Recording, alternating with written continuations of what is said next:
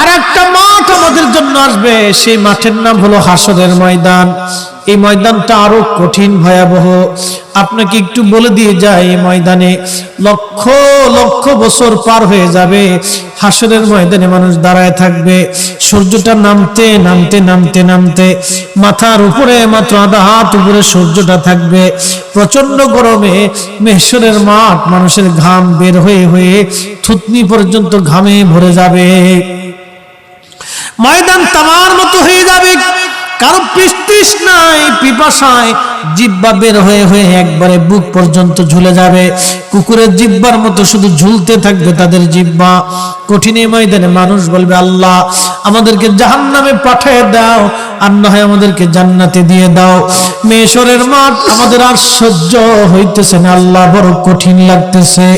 এইভাবে লক্ষ লক্ষ বছর পার হবে। আল্লাহ বলেন, মালিকি ইয়াউমিদ্দিন, আমি বিচার দিনের মালিক, বিচার দিনের মালিক, বিচার দিনের মালিক।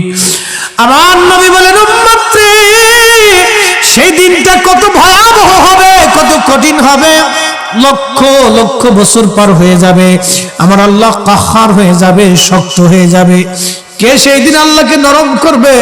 সমস্ত নবীরা আলাইহিস সালামরা চিন্তায় পড়ে যাবেন। গুনাহের জন্য চিন্তা না, তাদের একটা চিন্তা, আল্লাহ কাহার হয়ে গেছেন, আল্লাহ রাগান্বিত হয়ে গেছেন, মালিককে কিভাবে খুশি করা যায়। নবীরা হাঁটু গেড়ে বসে যাবে, কপালে ভাঁজ পড়ে যাবে। সমস্ত ফেরেশতারা সিজদার মধ্যে পড়ে থরথর করে কাঁপতে থাকবে। জিনেরা কাঁপতে থাকবে, মানব জাতিরা কাঁপতে থাকবে, পশুরা কাঁপতে থাকবে, সমস্ত মাখলুকগুলি কাঁপতে থাকবে। না জানি আমাদের আজকে কি উপায় হয়, আমাদের কি কঠিন বিচার হয়, না জানি আমাদের জীবনে কোন ভুল হয়ে যায়। হায় হায় হায় হায়, আমাদের উপায় কি হবে, উপায় কি হবে। সব সৃষ্টি সেই দিন থরথরে, সমস্ত মানুষরা দৌড়াইয়া হযরত আদম শফিউল্লাহর কাছে যাবে। আদম, আপনি তো আদি পিতা ছিলেন, আল্লাহ আপনাকে আদর করে বানাইছেন, বেহেশতে রেখেছেন, तमाम সৃষ্টি তাসাররুফ করেছেন, ফেরেশতা দিয়ে সাজদা দেওয়াইছেন। ও আদম, আপনি আজকে আল্লাহর দরবারে যান। আজকে কঠিন মেহশরে আমরা বিপদগ্রস্ত, আমাদের জিহ্বা বের হয়ে গেছে, তৃষ্ণায় আমাদের কলিজা একবারে শুকায় গেছে। আজকে আমরা ময়দানে ঘাম পড়তে পড়তে আমরা পেরেশান হয়ে গেছি। ও বাবা আদম, আপনি আল্লাহর কাছে যে আল্লাহর দরবারে আজকে বিচার ফয়সালা শুরু করান। মেহশরের মাঠ আমাদের আর বরদাস্ত হইতেছে না, আল্লাহ আমাদের শক্ত হয়ে গেছে, রাগান্বিত হয়ে গেছে। আল্লাহকে কে আজকে খুশি করবে? আদম শফিউল্লাহ বলবে, দেখো আমার এই নিজে খুব পেরেশানির মধ্যে আছি, আমি চিন্তায় আছি, আমি পেরেশানির মধ্যে আছি। তোমরা অন্য কোন নবীর কাছে যাও। সবাই দৌড়ে হযরত নূহ আলাইহিস সালামের কাছে আসবে। নূহ নবী একই কথা বলবে, যাও আমি খুব পেরেশানির মধ্যে আছি। দাউদের কাছে দৌড়ে আসবে, দাউদ বলবে আমি খুব পেরেশানির মধ্যে আছি। হযরত ইব্রাহিম খলিলুল্লাহর কাছে আসবে, ওগো আল্লাহর খলিল, আল্লাহ তো আপনাকে খলিল বানাইছিল, আপনি একটু যান। ইব্রাহিম খলিল বলবে, যাও আমি খুব পেরেশানির মধ্যে আছি, আমার দ্বারা সম্ভব না। সবাই মুসা নবীর কাছে আসবে, আপনাকে তো আল্লাহ কালিমুল্লাহ বানিয়েছিল, ও মুসা আপনি একটু আল্লাহর কাছে যান। মুসা নবী বলবে, আমি খুব চিন্তায় পেরেশানির মধ্যে আছি। হযরত ঈসা রূহুল্লাহর কাছে যাবে, আপনাকে তো আল্লাহ রূহুল্লাহ বানিয়েছিল, ঈসা আপনি একটু আল্লাহর কাছে যান। ঈসা নবী ডেকে মেহশরবাসী, আজকে কোন নবীর কাছে গেলে কাজ হবে না, আমি ঈসা যে নবীর উম্মত ছিলাম, তোমরা সেই নবীর দরবারে চলে যাও। আখির নবী রাহমাতুল লিল আলামিন ছাড়া আজকে আল্লাহকে কেউ নরম করতে পারবে না। এই চিৎকার মেরে বলেন আল্লাহু আকবার। তিনি হাবিবুল্লাহ, হাবিবুল্লাহ স্যার আল্লাহকে কেউ খুশি করতে পারবে না। সমস্ত উম্মতেরা আবু বকর সিদ্দিক, ওমর, উসমান, আলী সব সাহাবীরা দৌড়ায় যায় আল্লাহর নবীর সামনে দাঁড়ায় দাঁড়ায় কাঁদতে থাকবে। খাজা মাইনুদ্দিন চিশ যায় কাঁদতে থাকবে, হুজুর গাউসে পাক মহিউদ্দিন আব্দুল কাদের জিলানী যায় কাঁদতে থাকবে, মুজাদ্দিদ আল ফেসানি যায় কাঁদতে থাকবে, বাহাউদ্দিন নকশবন্দ বুখারী যায় কাঁদতে থাকবে, শাহজালাল ইয়ামিনী মুজাদ্দিদি কাঁদতে থাকবে, ইমাম শাফি, ইমাম হাম্বলি, ইমাম মালিক, ইমাম আবু আজম আবু হানিফা রাহমাতুল্লাহ আলাইহি কাঁদতে থাকবে, তাবিরা কাঁদতে থাকবে, হাসান বসরি কাঁদতে থাকবে, শাহাদা একরাম কাঁদতে থাকবে, ইমাম হাসান হোসেন কাঁদতে থাকবে, হযরত আলী ফাতেমা কাঁদতে থাকবে। তাদের কান্না দেখে নবীজি সহ্য করতে পারবে না। ও আমার উম্মতরা, তোমরা কাঁদো না, আমি মওলার দরবারে এখনই যাইতেছি।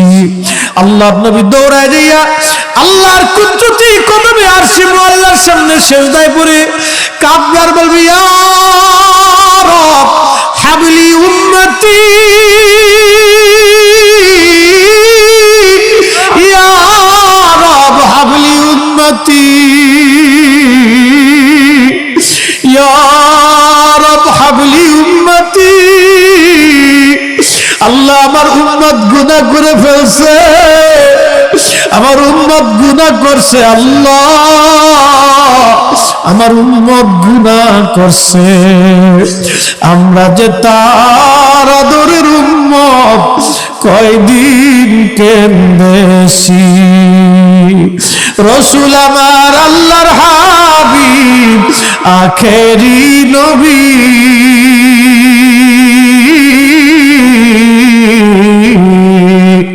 আমরা যে তার আদরের উম্মত, উম্মতের করলাম কি? আমরা যে তার আদরের উম্মত, কয়দিন কেন্দেছি।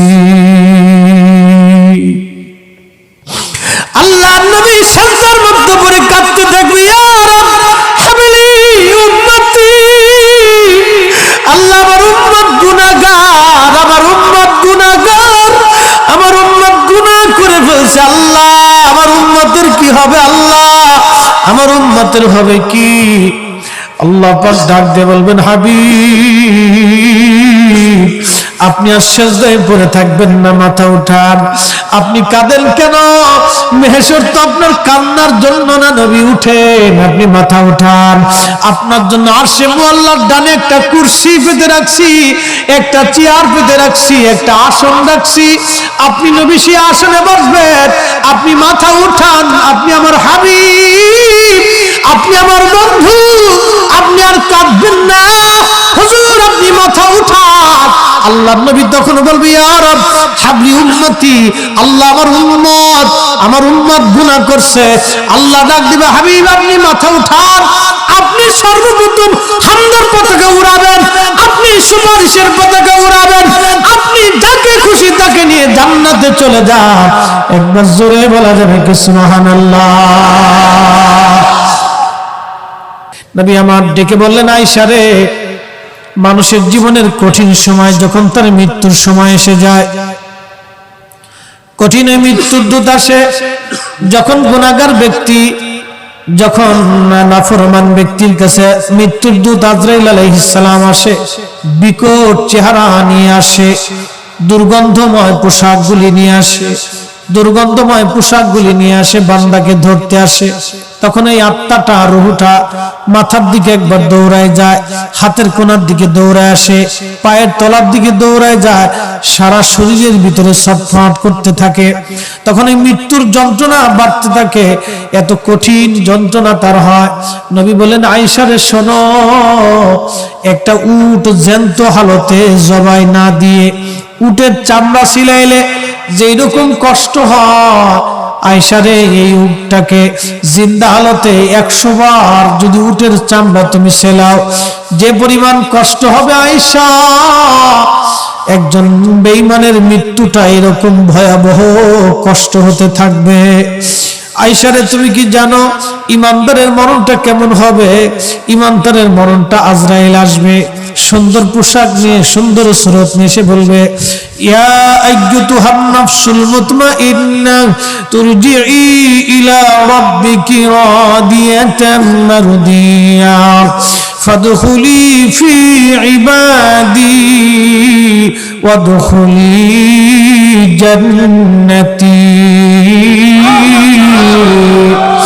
ইয়া আইয়ুতুহান নাফসুল মুতমাইন্নাহ, হে নফসে মুতমাইন্না, তুমি আসো, ইরজিই ইলা রাব্বিকি রাদিয়াতাম মারদিয়া, আল্লাহর সন্তুষ্টির দিকে তুমি ফিরে চলে আসো। আল্লাহ তোমার উপরে রাজি খুশি আছে, তুমি চলে আসো। এই জন্য ইমানদারের মৃত্যুর পরে ঘাম বের হতে থাকে কপাল থেকে, কপাল থেকে ইমানদারের মৃত্যুর পরে ঘাম আসতে থাকে। আল্লাহর নবী বলেন, আয়েশা মায়ের কোলের মধ্যে সন্তান যেরকম দুগ্ধ পান করতে করতে ঘুমায়, ইমানদারের মরণ ওইরকম হবে। আল্লাহর সন্তুষ্টির দিকে সে ফিরে চলে যাবে, আল্লাহর খুশির দিকে ফিরে চলে যাবে। আর ফেরেশতা আজরাইল তার পবিত্র রূহটাকে সুগন্ধময় কাপড়ের মধ্যে পেঁচাইয়া দুনিয়ার থেকে যখন আসমানের দিকে রওনা দিবে, আসমানের ফেরেশতারা ডাক দেবে, আজরাইল এই আল্লাহর নেককার বান্দা আর এই রূহ কার, এত সুন্দর খুশবু সারা আসমানে ইমানদারের জন্য খুশবু ছড়ায় যায়। একবার জোরে বলেন সুবহানাল্লাহ। ওই ইমানদারের জন্য দুনিয়ার মাছে কাঁদে, গাছে কাঁদে, পশু পাখিরা কাঁদে, বলে আল্লাহ তুমি একজন ইমানদার নিয়ে গেলে আমাদের মাছ থেকে, ওই ইমানদারের জন্য তুমি আমাদের জন্য রিজিক দিতা, তুমি রহমত নাজিল করতা, তুমি আমাদের উপর সন্তুষ্ট হইতা। আল্লাহ তুমি ওই ইমানদার নিয়ে চলে গেলা। মাছে কাঁদে, মাছে তার জন্য দোয়া করে, গাছে দোয়া করে, মাখলুকরা তার জন্য দোয়া করতে থাকে। একবার জোরে জোরে বলা যাবে কি সুবহানাল্লাহ। ও বাজার আজকে থেকে নিয়ত করবেন, আল্লাহ আমি আজকে থেকে নিয়ত করলাম এশার নামাজ পড়বো, আসর ফজরের নামাজ পড়বো। আল্লাহ আজকে থেকে নামাজ ছাড়বো না। আমি আপনাদের মাহমুদা খাতুন হাউজিং মসজিদের খতিব হিসেবে আমার দায়িত্ব মানুষকে দাওয়াত করা। আমি প্রত্যেক জুমাতে মানুষদেরকে বলি, ও আল্লাহর বান্দারা ফিরে আসেন আল্লাহর দিকে, ফিরে আসেন আল্লাহর দিকে। যুবক বন্ধু ফিরে আসো আল্লাহর দিকে। ওই যে দেখবেন ফুটবল খেলা নিয়ে কয়দিন সারা পৃথিবীতে তুলবার চলে গেছে, খেলায় নিজের দল ঠকার কারণে একটা স্টক করে মরে গেছে। ভারতের চর অঞ্চলের মানুষ খুবই দরিদ্র এবং শিক্ষা দীক্ষা থেকে বিচ্ছিন্ন। একটা লোক মারা গেল, লোকেরা লোকটাকে নিয়ে রাস্তার পাশে বসে আছে। কিভাবে জানাজা দিবে, কিভাবে কাফন দিবে লোকেরা জানতো না। বসে আছে সবাই চিন্তা, কেমনে কি করব আমরা মুসলমান, তবে নিয়ম কানুন তো আমরা কিছু জানি না, কারণ ধর্ম শিক্ষা আমাদের থেকে অনেক দূরে চলে গেছে। চরের মানুষ এমন সময় দেখতেছে এক ভদ্রলোক সাইকেল চালায় যায়, তাকে দাঁড়া করে জিজ্ঞেস করলেন, ভাই আপনি সাইকেল চালিয়ে যাচ্ছেন, নিশ্চয় আপনি শিক্ষিত মানুষ, আপনি হিন্দু না মুসলমান? বলে আমি মুসলমান। তাহলে ভাই একটু দাঁড়ান, আমাদের একটু উপকার করেন। বলে কি উপকার? আমাদের এই লোকটা মারা গেছে, কিভাবে জানাজা করব, দাফন করব আমরা জানি না, আপনি যেহেতু শিক্ষিত মানুষ আমাদের জানাজা কাফন দাফন লোকটার করে দিয়ে যান, অনেক বড় উপকার হবে।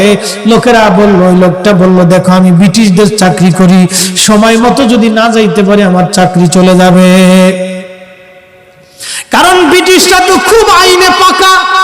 যদি ওরা খ্রিস্টান, ওরা দেখেন 200 বছর আগে যে ব্রিজ করে দিয়ে গেছে, 200 বছর পরেও সেই ব্রিজের উপর দিয়ে আপনারা কি বলে গাড়ি চলে, ট্রেন চলে। আর আমরা 50 বছর পরে সেই ব্রিজ ভাঙ্গে কাইতে শীতে হয়ে যায়। কথা কর না কে? তাহলে কি বুঝলেন? চিন্তা করেন তো, 200 বছর আগের ব্রিজের উপর দিয়ে এখনো ট্রেন যায়। হাডিন ব্রিজ বলেন, ওই যে আপনার ওই চট্টগ্রামের কালুখালী ব্রিজ বলেন, এরকম অনেকগুলি ব্রিজ আছে আপনার ব্রিটিশটা করে দিয়ে গেছে। এখনো ব্রিটিশদের সেই ব্রিজের উপর দিয়ে এখনো ট্রেন চলে, বাস চলে, গাড়ি চলে, ট্রাক চলে। আর আমরা দেশের ব্রিজ বানাইলে 2 দিন পরে ক্ষয়ে পড়ে যায়, ডাইন পাশ দিয়ে ক্ষয়ে, বাম পাশ দিয়ে ক্ষয়ে, নিচ দিয়ে ক্ষয়ে, সামনে দিয়ে ক্ষয়ে, পিছন দিয়ে ক্ষয়ে যায়। ওরা দুর্নীতি করতো না, চুরি করতো না, দেশকে ভালোবাসতো। বাজান খুব মনোযোগ দেন। ব্রিটিশদের চাকরি আমার সময় মতো না গেলে চাকরি চলে যাবে। বলে দেখেন আপনি একটু শিখাই দিকে দিয়ে যান, আমরা শিখ মতো করে নিয়ে নেব, আপনি একটু দেখাই দেন, আপনাকে সাহায্য করব। লোকটা দেখাই দেখাই দিলেন, এইভাবে দাফন কাফন করেন। লোকেরা ওইভাবে করলো। লোকটা তাড়াহুড়া করে আল্লাহর বান্দাকে কবরের মধ্যে নামায় এসে চলে গেল। অফিসে যাওয়ার পরে বুকে হাত দিয়ে দেখে আইডেন্টি কার্ড তার বুকের মধ্যে নাই। চিন্তা করেন ব্যাপার কি, আমি আইডি কার্ড তো বুকে করে নিয়ে আসছি, আইডি কার্ডটা কোথায় হারায় গেল? সে চিন্তা করলো, আল্লাহর বান্দাকে যখন নামাইতেছিলাম তখন এই বুক পকেট থেকে এই আইডি কার্ডটা মাথার কাছে পড়ে গেছে। উনি আবার সাইকেল চালায় তাড়াতাড়ি এসে বলেন, ভাইজানরা আপনাদের বিরাট বড় উপকার করছি, আপনারা আমার একটু উপকার করে দেন। বলে কি উপকার? আমার একটা আইডি কার্ড ছিল বুক পকেটের মধ্যে, আমি ওই লোকটাকে হামুদি কবরে নামানোর সময় বুক পকেট থেকে তার মাথার কাছে আইডি কার্ডটা পড়ে গেছে, আপনারা দয়া করে ওই আইডি কার্ডটা আমার একটু উঠাই দেন। যান। লোকেরা বলল, দেখেন আমরা অশিক্ষিত মানুষ, মাসলা মাসাল কিছু জানি না, আপনি যদি বলেন তাহলে আমরা আপনার জন্য মাটি সরাই দেব, আপনি নিজ হাত দিয়ে কবরের ভিতর থেকে আইডি কার্ড নিয়ে চলে যান। মাটি সরাইলেন, আল্লাহর বান্দা হামু দিয়ে মাথা নামাইয়া কবরের ভিতরে হাত দিয়ে দেখলেন সর্বনাশ, সারা কবরে আল্লাহর জান্নাতের বাগান হয়ে গেছে। এত সুঘ্রাণ, হিন্দু, মুসলমান, খ্রিস্টান, বৌদ্ধ সব ধর্মের মানুষ, হাজার হাজার মানুষ দেখার জন্য আসছে। যে হেরে কবরের ভিতর থেকে বলে খুশবু আসতেছে, কবর বলে জান্নাতের বাগান হয়ে গেছে, চল তো দেখে আসি। হাজার হাজার মানুষ সারা এলাকার থেকে পাগল পাড়া হয়ে ছুটে আসছে। 30-40 কিলোমিটার ব্যাপী কবরের ভিতর থেকে জান্নাতের ঘ্রাণ বের হয়ে সারা এলাকায় মই মই করে ছড়িয়ে গেছে জান্নাতের ঘ্রাণ। উলামা ইকরাম আসলেন, ব্যাপার কি? কবর জান্নাতের বাগান হয়ে গেল কোন আমলে? উলামা ইকরাম বলেন, সময় তো অনেক পার হয়ে গেছে, আপনারা তাড়াতাড়ি করেন, মাটি দিয়ে দেন, আবার পুনরায় কবর স্থাপন করেন। কবর স্থাপন করা হলো। কবর স্থাপন করার পরে উলামা ইকরাম বলেন, তার আপন কি আছে? লোকেরা বলল, সে গরিব মানুষ, তার একটা মাত্র মেয়ে আছে। চলেন তো মেয়েটার কাছে যাই। মেয়েটার কাছে যায় উলামা ইকরাম সালাম দিয়ে বলেন, মা একটু দয়া করে বলবেন আপনার বাবার জীবনের আমল কি ছিল? একবার জোরে বলা যাবে কি মারহাবা? আল্লাহর বান্দার কবর। উলামা ইকরাম বলেন, মা বলেন তো আপনার বাবার জীবনের কি আমল ছিল? মেয়েটা বললেন, হুজুর আমরা গরিব মানুষ, শিক্ষা দীক্ষা আমাদের কিছুই নাই, আমার আব্বা জান খুব দরিদ্র হতপীড়িত, দিন আনতেন, আমরা দিন কোন রকম খেয়ে বেঁচে থাকতাম। হুজুর আমার আব্বার জীবনে দেখছি আমার আব্বা কোনোদিন নামাজ কাজা করে নাই। জোরে বলা যাবে কি সুবহানাল্লাহ? আমার আব্বাজান নামাজ কাজা করে নাই, নামাজ ছাড়তেন না। আমার আব্বাজানের আর একটা আমল দেখতাম, রাত্রিবেলা ঘুমোতে যাওয়ার আগে আমার আব্বাজান একটা বই পড়তো, বাতি জ্বালায় জ্বালায় আব্বাজান পড়তো, কিন্তু বাবা বইটা পড়তে পারতো না। বাবা বইয়ের লাইনে লাইনে আঙ্গুল ঘুরাইতো আর বলতো, আল্লাহ এটা তোমার কিতাব, আমি পড়তে পারি না। আল্লাহ এটা তোমার কিতাব, আমি পড়তে পারি না। আল্লাহ এটা তোমার কিতাব, আমি পড়তে পারি না। আল্লাহ এটা তোমার কিতাব, আমি পড়তে পারি না। একটু চিন্তা করেন তো। উলামা ইকরাম বলেন, কিতাবটা আনেন তো দেখি। কিতাব আনার পরে দেখলেন এটা দুনিয়ার কোন সাহিত্য না, প্রবন্ধ গ্রন্থ না, এটা সেই কিতাব যে কিতাব সম্পর্কে আল্লাহ বলেছেন, যালিকাল কিতাবুল লা রাইবা ফীহি হুদাল লিল মুত্তাকিন।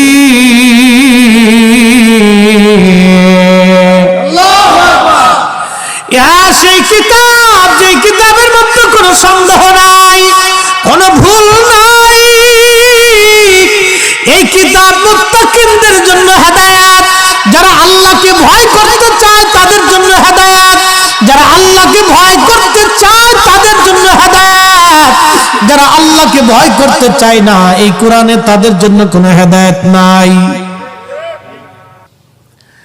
এ ভাইরা আমার, এই সূরা মুলক আল্লাহর বান্দা কবরের মধ্যে তেলাওয়াত করতেছিলেন, কবরের মধ্যে সূরা মুলক পড়তেছিলেন, হাত্তা খাতামাহা, শেষ পর্যন্ত কবরের মধ্যে সূরা মুলক তেলাওয়াত করলেন।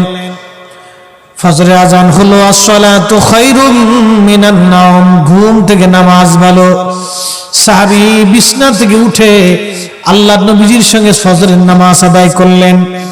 নামাজ শেষ করার পরে প্রিয় নবীজি ঘুরে বসতেন। ঘুরে বসার পরে সাহাবী বললেন, হুজুর আমি জানতাম না এখানে কোনো কবর আছে, আমি কবরের উপরে বিছনা করলাম, কবরের উপরে তাবু গাড়লাম, শুয়ে পড়লাম। শুয়ে পড়ার পরে দেখি একজন বান্দা কবরের ভিতর থেকে সূরা মুলক তেলাওয়াত করতেছে, হাত্তা খাতামাহা, একবারে শেষ পর্যন্ত সূরা মুলক তেলাওয়াত করলো। একবার আওয়াজ তুলে বলা যাবে কি আল্লাহু আকবার। সূরা মুলক তেলাওয়াত করলো নবীজি।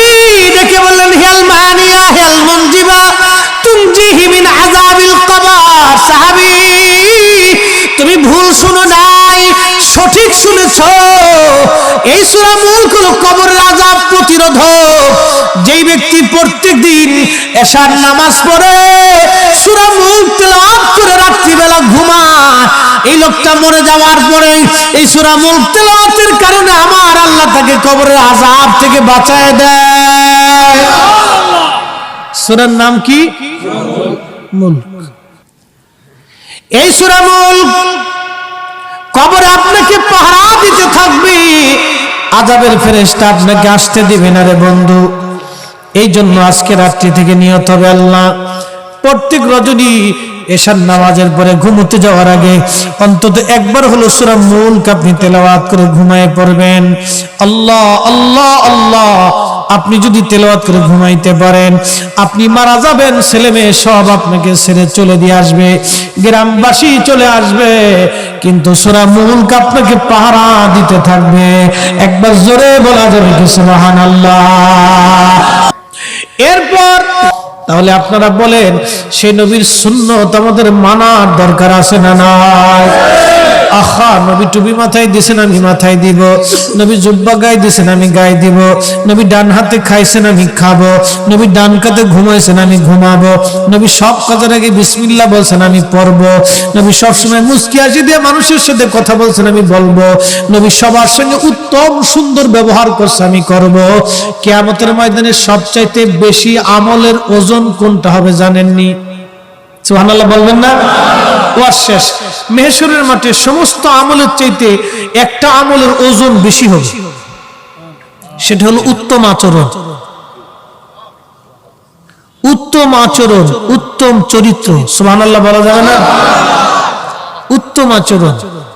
কিছু মানুষ আছে দেখবেন মানুষের সাথে খুব বদ আচরণ করে, খেটখেটে ফেটফেটে মেজাজ। কি কথা বলেন, ঠিক কিনা? আহা, রাসূল করিম হাজার দুঃখ উম্মতের সাথে মুস্কি হাসি দিয়ে কথা বলতেন, বুঝতে দিতেন না পেটে পাথর বেঁধে আছে। হুজুরের বহু জীবনীতে আসছে, আবু বকর সিদ্দিক একদিন বসে রয়েছে, হযরত ওমরও বসা। তো নবীজি রাস্তা দিয়ে যাচ্ছেন, এমন সে বলেন, ওমর আবু বকর তোমাদেরকে কিসে এইখানে বসিয়ে রাখছে? হযরত ওমর আর আবু বকর কাপড় উঠায় বলে, হুজুর 3 দিন পর্যন্ত না খেয়েছি, পেটের মধ্যে পাথর চেপে দিয়ে রাখছি। হুজুর ক্ষুধার যন্ত্রণা আমাদেরকে ঘর থেকে বের করে রাস্তার পাশে বসিয়ে দিছে। আল্লাহর নবী ডাক দিয়ে বলেন, আবু বকর ওমর তোমরা কি মনে করো আমি পেট পুরে খেয়ে আছি? নবী কাপড় উঠায় দিয়ে দেখো আমার পেটের মধ্যে পাথর বাঁধা আছে।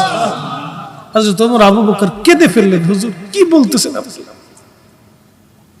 হযরত আবু বকর ওমর কাঁদতেছে। নবীজি বললেন, কাঁদার দরকার নেই, চলো যাই দেখি সামনে কিছু আল্লাহ কোনো ব্যবস্থা করে কিনা। এক আনসারী সাহাবীর বাড়িতে গেলেন, যাই দেখলেন আনসারী সাহাবী বাড়ি নেই, সালাম দিলেন। মহিলা ভিতর থেকে সালামের জবাব দিয়ে বললেন, ইয়া রাসূলুল্লাহ আপনি আমার বাড়িতে আসছেন, আমার জীবনের কত বড় সৌভাগ্য যে হুজুর আমার বাড়িতে আসছেন। আল্লাহু আকবার বলা যাবে না ভাই? এ ভাই, নবীর দাম কত ছিল। ও সাহাবী বলতেছে, হুজুর আমার জীবনের কত বড় সৌভাগ্য যে রাসূল আমার বাড়িতে আসছে, হুজুর আপনি বসেন। নবী বললেন, তোমার স্বামী কোথায়? বলে, হুজুর পানি আনতে গেছে। আমাদের মতো তার তখন টিউবওয়েল ছিল না, কুয়ার থেকে পানি আনতে, তো পানি আনতে গেছে। সাহাবী দৌড়ে এসে দেখে, হায় হায়, তিনজন আল্লাহর এই জমিনের নিচে, জমিনের উপর আসমানের নিচে 3 জন শ্রেষ্ঠ মানুষ বসে আছে, রাহমাতুল লিল আলামিন। সাহাবী এসে বলতেছে, হুজুর আমার জীবনের কি সৌভাগ্য যে রাহমাতুল লিল আলামিন দাওয়াত না দিতে এসে পড়ছে। সুবহানাল্লাহ। নবী বললেন, সাহাবী তোমার ঘরে কিছু আছে, আমরা 3 দিন ধরে না খেয়ে আছি। বললেন, হুজুর কি বলেন? আপনি একটু অপেক্ষা করেন ইয়া রাসূলুল্লাহ, আমরা কি মরে গেছি? আল্লাহ রাসূল বললেন, সাহাবী দৌড়ে এসে বললেন, হুজুর আমার ঘরে একটা ছাগল আছে, কিছু রুটি আছে, আমি তৈরি করতেছি, হুজুর একটু বসে। ছাগল জবাই দিয়ে কুরবানি করে গোশত বানিয়ে তাড়াতাড়ি সাহাবী নবীকে খাওয়াইলেন। 3 দিন পরে আল্লাহর নবীর মুখে 2টি রুটির টুকরা গিয়েছিল। বাপ মুসলমান, সে নবীর উম্মত আমরা, সারা জীবন আমাদের জন্য কেঁদে গেছেন। আমাদের উচিত হবে আমাদের আচরণ যেন সুন্দর হয়, আমাদের ব্যবহার যেন মধুর হয়। আল্লাহ পাক তৌফিক করেন, সবাই বলেন আমিন। সুন্দর আচরণ যেন আমাদের জীবনে। অনেক আলেম আছে, আল্লাহ মাফ করে দিক, ক্ষমা করে দিক। অনেক আলেমদের আচরণ খুব বদ চরিত্রের আলেম, আচরণও খুব খারাপ হয়। কি আছে না ভাই? খুব বদ আচরণ। না না, এগুলি ঠিক না। আল্লাহর নবীর সারা জীবনের সুন্নাত, দামি সুন্নাত, উত্তম আচরণ, উত্তম ব্যবহার, এটা যদি কোনো উম্মতের না থাকে সে তো উম্মতই হতে পারে না, তো মানুষ হয়েছে কেন? আমি নবী না চিনিলাম, কি যে ভুল করিলাম, ভস্মে ঢালিলাম কি, মানুষ হইয়া ভবেতে আসিয়া মানুষের করিলাম কি, মানুষ হইয়া ভবেতে আসিয়া মানুষের করিলাম কি। তাহলে একসাথে বলি তো আলহামদুলিল্লাহ। তারপরে একজন আল্লাহর ওলির স্মরণ, তিনি জাহাতা ওলি না, ওনার মাধ্যমে এই উপমহাদেশে ইসলামের দরওয়াজা খুলছে। খাজা মাইনুদ্দিন চিশতি আজমারি সানজারি রাহমাতুল্লাহ আলাইহি, ওনার মাধ্যমে এই জমিনে দ্বীনের দরওয়াজা খুলেছে। উনি একা যা করেছে আমরা 40 কোটি মুসলমান তা পারিনি, কথা ঠিক কি না? উনি একা যা করেছে আমরা 40 কোটি মুসলমান তা পারিনি। এই জন্য আল্লাহর একজন মহান ওলির স্মরণে আপনারা মাহফিলটা দিয়েছেন। আল্লাহ আপনাকে আমাকে বসার সুযোগ করেছেন। আমার বিষয় কবর এবং হাসর। মুহতারাম, এই বিষয়টা অত্যন্ত একটা সেনসিটিভ বিষয়। একদিন আমাকে আপনাকে কবরে তো চলে যেতেই হবে। কুল্লু নফস, প্রত্যেক জীবন দাইকাতুল মাউত, মরণের স্বাদ আস্বাদন করতে হবে। আপনার সামনে যে ঘাস, এই ঘাসটা তাজা ছিল, আজ মরে গেছে, তাকে মৃত্যুর স্বাদ নিতে হয়েছে। একটা গাছ কেটে ফেলেছেন, মরণের স্বাদ তাকে নিতে হয়েছে। একটা কুকুর পৃথিবীতে এসেছে, মরে গেছে, মরণের স্বাদ তাকে নিতে হয়েছে। একটা বিড়াল ও পৃথিবীতে আসছিল, মরণের স্বাদ তাকে নিতে হয়েছে। একটা গরু আপনি সারা জীবন লালন পালন করলেন, এরপরে আপনি নিজ হাতে তাকে কুরবানি করলেন, মরণের সময় ওকে মৃত্যুর স্বাদ নিতে হয়েছে। দেখবেন গরুটার জিহ্বা বের হয়ে যায়, ছটফট করতে থাকে, কাতরাইতে থাকে, ডাকতে থাকে। মুহতারাম, ওকে যখন জবাই করেন তখন সে আল্লাহ জিকির করতে থাকে। একটা মাছ বাজার থেকে কিনে এনেছেন, তখনও লাফাচ্ছে, ওর জীবন আছে, ও আল্লাহ জিকির করতেছে। আল্লাহ বলেন ইউসাববিহু লিল্লাহি মা ফিস সামাওয়াত, ইউসাববিহু লিল্লাহি মা ফিস সামাওয়াতি ওয়া মা ফিল আরদ। অ্যাটেনশন, এই জমিনের নিচে আরো 6টা জমিন আছে। বাপ, কয়টা জমিন আছে? আমি বলিনি, কিন্তু আল্লাহ রাসূল বলে গেছে। এই জমিনের নিচে আরো 6টা জমিন আছে। এই আসমানের উপর আরো 6টা আসমান আছে। 7 আসমান 7 জমিন, 7 আসমান 7টা জমিন আছে। পৃথিবীতে কোন মানুষ যদি কোন মানুষের সম্পদ কেড়ে নেয়, আল্লাহ রাসূল বলতেছেন কিয়ামতের মাঠে তোমাকে 7 তবক জমিন পর্যন্ত ওই সম্পদ পরিমাণ সম্পদ তোমার গলায় ঝুলিয়ে দেওয়া হবে। আহ, কি কঠিন! এই জন্য হুজুরের কোন সাহাবী ইন্তেকাল করলে আল্লাহর নবী লাশের পাশে দাঁড়িয়ে বলতেন, তোমরা কেউ কি এই লাশের কাছে কিছু পাও, এই মানুষের কাছে কিছু পাও? তখন ও বলতো, হুজুর আমি এটা পাই, আমি এটা পাই, আমি এটা পাই। সন্তানদেরকে ডেকে বলতেন, তার কি কোনো ওসিয়ত আছে, তার কি কোনো দিনা পাওনা আছে? যদি সন্তানরা দিতে অক্ষম হতেন, আল্লাহর নবী নিজে তার দেনা পাওনা মিটাইয়া তারপরে কবরে দিতেন। আহা, উম্মতের আমল আমরা ভুলে গেছি। আমি নিজেকে সবসময় ভয় পাই। আমার ব্যক্তিগত জীবনের একটা আমল হলো আমি বেশি পরিমাণে ইস্তিগফার করি এবং মানুষের হক নিয়ে খুব সতর্ক থাকি। এই জন্য আমার জীবনের অভ্যাস, আমি কারো কাছে দিনা থাকি না। না খেয়ে থাকবো তো দিনা থাকতাম না, আমি কোনো সময় দিনা থাকি না। আমার সেই ছোটকালের অভ্যাস।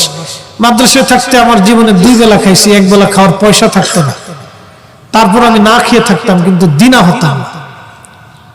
আমার জীবনে আপনি বলতেছি, এখন তো অনেক টাকা, আল্লাহ অনেক টাকা দিচ্ছে, খাবারের অভাব নেই। আপনারা অনেক খাবার রান্না করেন, অনেক খাবার পরে থেকে খাইতে পারি না। একসময় মাদ্রাসাতে আমি 2 বেলা খাওয়ার পয়সা থাকতো, 1 বেলা খাওয়ার টাকা থাকতো না। আমার সেই দিনও পার হয়েছে, বহু দিন পার হয়েছে এইভাবে। 2 বেলা খাইতাম, মাদ্রাসাতে 2 বেলা দিত, 1 বেলা দিত না। 1 বেলা খাওয়ার পয়সা থাকতো না, আমি না খেয়ে থাকতাম, তো দিনা করতাম না। আল্লাহ রাসূলের জীবনের সারা জীবনের আমল ছিল মাইকিট। মারা যাওয়ার পরে নবী পাশে দাঁড়িয়ে তার দিনা পাওনাগুলি সব মিটাইয়া তারপরে তাকে কবরে পাঠাইছে। আহা, যদি আমলগুলি আমাদের মধ্যে চালু থাকতো কতই না উত্তম হতো। প্রিয় উপস্থিতি, আসমান ও জমিন যা কিছু আছে সব আল্লাহ পাকের জিকির করতে থাকে, ইউসাব্বিহ, আল্লাহ তাসবিহ পড়তে থাকে। আল্লাহ আল্লাহ আল্লাহ আল্লাহ আল্লাহ আল্লাহ আল্লাহ আল্লাহ আল্লাহ আল্লাহ আল্লাহ আল্লাহ আল্লাহ আল্লাহ আল্লাহ। আপনি যে মাটির উপরে বসে আছেন এই মাটিও আল্লাহ জিকির করে আল্লাহ আল্লাহ আল্লাহ আল্লাহ। যে গাছের নিচে বসে আছেন এই গাছ আল্লাহ জিকির করে আল্লাহ আল্লাহ আল্লাহ আল্লাহ। যে কুকুর আপনার সামনে দিয়ে হেঁটে যাওয়া জিকির করে আল্লাহ আল্লাহ আল্লাহ আল্লাহ আল্লাহ। একমাত্র মানুষ গাফেল, সে আল্লাহ জিকির করতে চায় না। কথা বলেন ঠিক কিনা? আমরা আগে দেখছি গ্রামের মুরব্বীরা সকালবেলা ফজরের নামাজের পরে কোরআন পড়তো। কি বাপ, কথা ঠিক কিনা? সকালবেলা ফজরের পরে কোরআন পড়তো। আর আমাদের মায়েরা, দাদিরা, নানিদেরকে দেখলাম তারাও কোরআন শরীফ পড়ছে। এখন স্টার জলসা পুরে সপ্তাহে। কি কথা ঠিক কিনা? এখন আমাদের নারীরা স্টার জলসা পুরে সারতে পারে না। কোরআন শরীফ কোন সময় পড়বে বলেন তো? আর খালি কেমনে সাজবে গুজবে, সাজন গুজন, খালি এটি শিখে। মা বাবার খেদমত করতে হবে কেমনে, সংসার কিভাবে চালাইতে হবে, মুরব্বীদের তাজিম তকরিম কিভাবে করতে হবে, নামাজ কখন পড়বে, বাচ্চাকে আদব লেহাজ কখন শিখাবে, কিচ্ছু নাই। বাচ্চার হাতে মোবাইল গেম দিয়ে মা টেলিভিশন দেখতেছে। কি মার মা? এটা মা না ডাইনি? এটা মা হইতে কইছে কেটা? এরকম মা বহুত আছে। এই অবস্থা আমাদের সমাজে চলতেছে ভাই। সমাজ তো ধ্বংসের দিকে চলে যাচ্ছে।